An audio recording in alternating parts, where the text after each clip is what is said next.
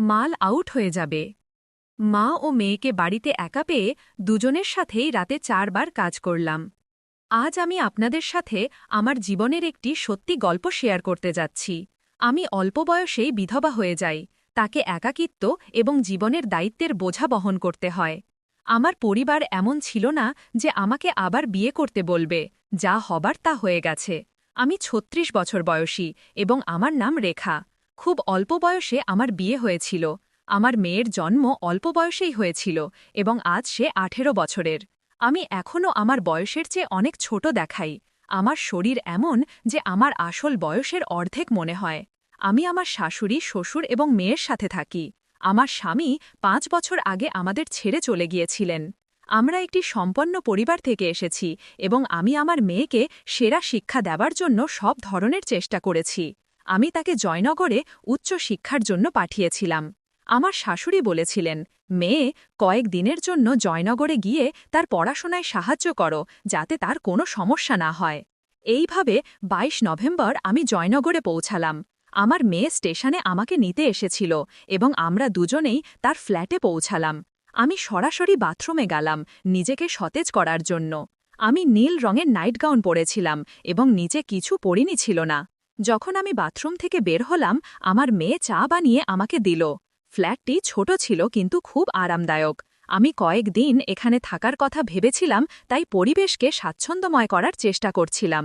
সন্ধ্যায় আমার মেয়ে আমাকে তার বন্ধুদের সাথে দেখা করার পরিকল্পনা সম্পর্কে বলল এবং বলল, মা, আমি কিছুক্ষণ পর আসব, আপনি বিশ্রাম নিন। আমি বই পড়ার চেষ্টা করলাম কিন্তু মন বসছিল না। ঠিক তখন দরজার বেল বাজল। আমি দরজা খুললাম এবং সামনে একজন যুবক দাঁড়িয়েছিল। সে হাসিমুখে বলল, নমস্তে, আমি অজয়। আমি আপনার মেয়ের প্রতিবেশী এবং তার কলেজের সহপাঠী। সে বলেছিল যদি কোনো সাহায্যের প্রয়োজন হয় তবে আমি আসব। অজয় অত্যন্ত বিনয়ী এবং মৃদুভাষী ছিল। সে আমার জন্য কিছু স্ন্যাক্স এনেছিল এবং বলল, আপনি এই নতুন শহরে একাকিত্ব বোধ না করেন, তাই ভাবলাম আপনার সাথে দেখা করে আসি। আমরা কিছুক্ষণ কথা বললাম। সে বলল যে সে একা থাকে এবং পরিবার থেকে দূরে পড়াশোনা করছে। তার কথায় এক অন্যরকম সরলতা এবং আন্তরিকতা ছিল। আমি দীর্ঘদিন পরে কাউনের সাথে এভাবে খোলামেলা কথা বলতে পেরেছিলাম। দিন যত গড়াতে লাগল, অজয় প্রায় আসা যাওয়া করতে লাগল। আমার মেয়ের ফ্ল্যাটের ছোটখাটো কাজে সে সাহায্য করত এবং পাশাপাশি আমার চিন্তাও করত। আমি তার সাথে বেশ স্বাচ্ছন্দ্য বোধ করতে শুরু করলাম। একদিন সে আমাকে বলল, আপনাকে দেখে মনে হয় না যে আপনি এত বড় দায়িত্ব সামলাচ্ছেন। আপনি নিজে খুব যুবক এবং শক্তিশালী। তার এই কথাগুলো আমার হৃদয় স্পর্শ করল। অজয়ের সাথে কথোপকথনের ধারা ধীরে ধীরে বাড়তে লাগল। সে আমার কথা বুঝতে এবং আমার একাকিত্ব দূর করতে একজন বন্ধুর মতো সহায়তা দিল। সে প্রায়ই তার পরিবারের গল্প শোনাত, তার আকাঙ্ক্ষাগুলো নিয়ে কথা বলত এবং কখনো কখনো আমার জীবন সম্পর্কে প্রশ্ন করত। একদিন সন্ধ্যায় যখন আমি বারান্দায় বসে চা পান করছিলাম, অজয় আমাকে বলল, আপনি একজন খুব শক্তিশালী মহিলা। আমি আপনাকে যতটা জেনেছি ততটাই অনুভব করি যে আপনি আপনার জীবনকে নিজের থেকে আরও ভালো করতে পারেন। কিন্তু কখনো কি আপনি আপনার নিজের সুখের কথা ভেবেছেন? তার এই প্রশ্ন আমাকে ভাবিয়ে দিল। আমার জীবনের সুখের অর্থ শুধু আমার মেয়েই ছিল, কিন্তু আমি কি কখনো নিজের জন্য কিছু চেয়েছি? সম্ভবত না। অজয়ের সাথে সময় কাটাতে গিয়ে আমি অনুভব করলাম যে সে শুধু একজন যুবক নয়, সে এমন একজন মানুষ যে আমার অনুভূতি এবং হৃদয়ের গভীরতা বুঝতে পারে। তার স্নেহ, তার যত্ন এবং তার উপস্থিতি আমার ভেতরে আবার বেঁচে থাকার ইচ্ছা জাগিয়ে তুলল। একদিন সে আমাকে বলল, আমি আপনাকে প্রথমবার দেখেই অনুভব করেছিলাম যে আপনি কতটা বিশেষ, কিন্তু এই কথা বলার সাহস আজই পেয়েছি। আমি জানি আমাদের মধ্যে বয়সের ব্যবধান আছে, কিন্তু আমার জন্য আপনার বয়স শুধু একটি সংখ্যা। আমি আপনার যত্ন করি এবং চাই আপনি সুখে থাকুন। তার কথাগুলো আমাকে গভীরভাবে নাড়া দিল। আমি কিছুক্ষণ চুপ করে রইলাম, তারপর বললাম, অজয়, আমি নিজেকে আবার এভাবে ভাবার অনুমতি দিতে পারি না। আমার জীবন আমার মেয়ের চারপাশেই ঘোরে। সে হাসি মুখে বলল, আপনার সুখ আপনার মেয়ের জন্য ঠিক ততটাই গুরুত্বপূর্ণ যতটা তার জন্য তার ভালোবাসা। আপনি যদি সুখে থাকেন তবে সেও সুখে থাকবে। শুধু একবার আপনার হৃদয়ের কথা শুনুন। এটা প্রথমবার ছিল যখন কেউ আমাকে এভাবে কথা বলেছিল।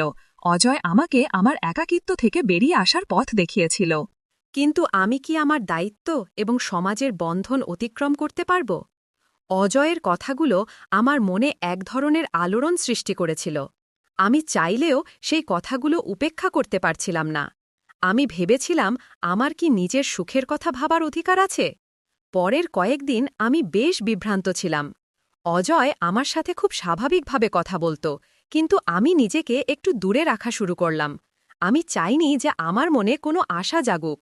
আমার মেয়েটাই আমার সংসার ছিল, আর আমি চাইনি যে সে আমার কোনো কারণে অস্বস্তি বোধ করুক। কিন্তু অজয়ের ধৈর্য ছিল অসাধারণ। সে কখনো আমার ওপর কিছু চাপিয়ে দেয়নি। সে সবসময় আমার চেয়েগুলোর মূল্য দিত এবং আমাকে বারবার এই বিশ্বাস দিত যে তার ভালোবাসা সত্যি এবং স্বাভাবিক। একদিন আমার মেয়ে আমাকে বলল, মা, তুমি কিছুটা বিচলিত দেখাচ্ছ। অজয় কাকাও জিজ্ঞেস করছিলেন তুমি ঠিক আছো কিনা। আমি একটু আশ্চর্য হলাম। অজয় কাকা? সে হেসে বলল, হ্যাঁ, সে আমার জন্য বড় ভাইয়ের মতো। সে তোমার খুব যত্ন নেয়। তুমি কি তার উপর রাগ করেছ? আমি আমার মেয়েকে জড়িয়ে ধরে বললাম, না বেটা, আমি শুধু আমার পুরনো দিনগুলোর কথা ভাবছিলাম। সেই দিন আমি বুঝতে পারলাম যে আমার মেয়ে কতটা বুদ্ধিমান হয়ে উঠেছে। হয়তো সে আমার জীবনে কোনো নতুন পরিবর্তনকে মেনে নিতে প্রস্তুত ছিল, কিন্তু আমি তখনও নিজেকে নিয়ে সন্দিহান ছিলাম। কিছুদিন পরে অজয় আমাকে বলল, আমি যদি তোমার বিভ্রান্তির কারণ হয়ে থাকি তাহলে আমি নিজেকে দূরে রাখতে পারি, কিন্তু এটুকু বলবো, তোমার সুখ আমার কাছে গুরুত্বপূর্ণ। তুমি যেমন আছো তেমনই আমার জন্য বিশেষ। শুধু এটা জেনে রাখো যে আমার চেয়েগুলো কখনো বদলাবে না। তার কথায় আমার চোখে পানি চলে এলো। আমি তাকে থামিয়ে বললাম, অজয়, আমি সব সময় অন্যদের জন্য বেঁচে থাকি, নিজের কথা কখনো ভাবিনি। কিন্তু এখন তুমি আমাকে ভাবতে বাধ্য করেছ যে হয়তো আমিও সুখী হতে পারি। সে আমার চোখের দিকে তাকিয়ে বলল, তাহলে শুধু তোমার হৃদয়ের কথা শোনো, বাকি সব আমি সামলাব। সেই দিন আমি সিদ্ধান্ত নিলাম যে আমি আমার হৃদয়ের কথা শুনব। আমি আমার মেয়ের সাথে এই কথা শেয়ার করলাম। সে আমাকে জড়িয়ে ধরে বলল, মা, তোমার সুখই আমার সুখ। তুমি সব সময় আমার জন্য সবকিছু করেছ। এখন সময় এসেছে যে তুমি তোমার জীবনকেও একটি সুযোগ দাও। ধীরে ধীরে অজয় আর আমার মধ্যে সম্পর্কটি প্রকাশ্যে এলো। আমরা সমাজের প্রতিটি চ্যালেঞ্জ একসাথে মোকাবেলা করলাম। আমি বুঝতে পারলাম যে সত্যিকারের ভালোবাসা বয়স, পরিস্থিতি বা বাধা দেখে না। অজয় আর আমার সম্পর্কের খবর ধীরে ধীরে আমার শ্বশুর বাড়ি এবং কাছের মানুষদের কাছে পৌঁছালো। আমি ভেবেছিলাম এটার বিরোধিতা হবে, কিন্তু সত্যি কথা হলো, আমি এখন নিজেকে এতটাই শক্তিশালী অনুভব করছিলাম যে কারণ নেতিবাচক মতামতের ভয় ছাড়াই আমি আমার সিদ্ধান্তে অটল থাকতে পারব। একদিন সন্ধ্যায় বাড়ি ফিরে আমার শাশুড়ি আমাকে বললেন, বেটা, আমরা তোমাকে সব সময় দায়িত্বে জড়িত দেখেছি। এখন যদি তোমার জীবনে কেউ এমন থাকে যে তোমার পাশে দাঁড়াতে পারে, তাহলে আমাদের কোনো আপত্তি নেই। তার এই কথায় আমার চোখে পানি চলে এলো। কিন্তু সমাজ সব সময় এত সহজে মেনে নেয় না। প্রতিবেশী এবং আত্মীয়রা কথা বলা শুরু করল। কেউ কেউ বলল, এই বয়সে ভালোবাসা, এটা কি ঠিক? এই কথাগুলো আমাকে আবারও ভাবতে বাধ্য করল। অজয় আমার হাত ধরে বলল, তোমার সিদ্ধান্তের চেয়ে গুরুত্বপূর্ণ কিছু নেই। মানুষ তো সব অবস্থাতেই কথা বলবে, কিন্তু এটা তোমার জীবন এবং তুমি এটা তোমার শর্তে বাঁচার অধিকার রাখো।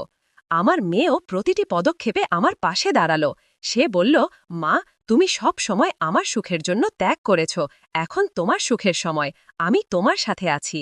তার এই কথাগুলো আমাকে ভেতর থেকে শক্তিশালী করে তুলল।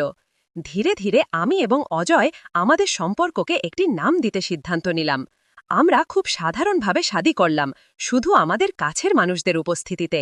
এটি একটি নতুন শুরু ছিল, যেখানে বয়স, সামাজিক চাপ এবং প্রথা পিছনে পড়ে রইল এবং শুধু সত্যি আর ভালোবাসা জয়ই হল। শাদীর পরে অজয় শুধু আমার জীবনকেই আলোকিত করেনি, বরং আমার মেয়ের জন্য একজন সত্যিকারের বন্ধু এবং গাইড হয়ে উঠল। আমাদের জীবন একটি নতুন দিকে এগিয়ে গেল, যেখানে আমরা একসাথে সুখ এবং স্বপ্ন ভাগ করলাম। এই গল্প আমাকে শিখিয়েছে যে নিজের জন্য দাঁড়ানো কতটা গুরুত্বপূর্ণ। সমাজের তৈরি নিয়ম এবং প্রথা সবসময় সঠিক নয়। সত্যিকারের ভালোবাসা এবং পারস্পরিক সম্মানের সাথে প্রতিটি চ্যালেঞ্জ অতিক্রম করা যায়। শাদীর পরে অজয় এবং আমি একটি নতুন জীবন শুরু করলাম। আমরা একসাথে এমন একটি পরিবেশ তৈরি করলাম যেখানে পারস্পরিক সম্মান এবং ভালোবাসা প্রতিটি কঠিনতাকে সহজ করে দিল। আমার মেয়ে অনন্যা এই নতুন সম্পর্কটিকে খোলা মনে গ্রহণ করল এবং বলল, মা, তুমি সবসময় আমার জন্য সবচেয়ে ভালোটা করেছ। এখন আমি চাই তুমি তোমার সুখকে পুরোপুরি উপভোগ করো। অজয় অনন্যার পড়াশোনায় তার পূর্ণ সমর্থন দিল। সে তাকে ক্যারিয়ার বেছে নেওয়ার পথে গাইড করল এবং একজন বড় ভাইয়ের মতো যত্ন নিল। তাদের মধ্যে সম্পর্ক ধীরে ধীরে এতটা শক্তিশালী হয়ে উঠেছিল যে অনন্যা তার প্রতিটি কথা সর্বপ্রথম আজয়ের সাথে শেয়ার করত। একদিন আজয় আমাকে বলল, আমরা একটি পরিবার গড়ে তুলেছি এবং এটি আমার জীবনের সবচেয়ে বড় সুখ। কিন্তু আমি চাই তুমি তোমার আগ্রহ এবং স্বপ্নকেও এগিয়ে নিয়ে যাও। তুমি সব সময় অন্যের জন্য বেঁচেছ, এখন সময় এসেছে তুমি নিজের জন্য কিছু করো। আমি আজয়ের কথাকে গভীরভাবে নিলাম। দীর্ঘদিন ধরে আমি আমার পড়াশোনা এবং আগ্রহগুলো ভুলে গিয়েছিলাম।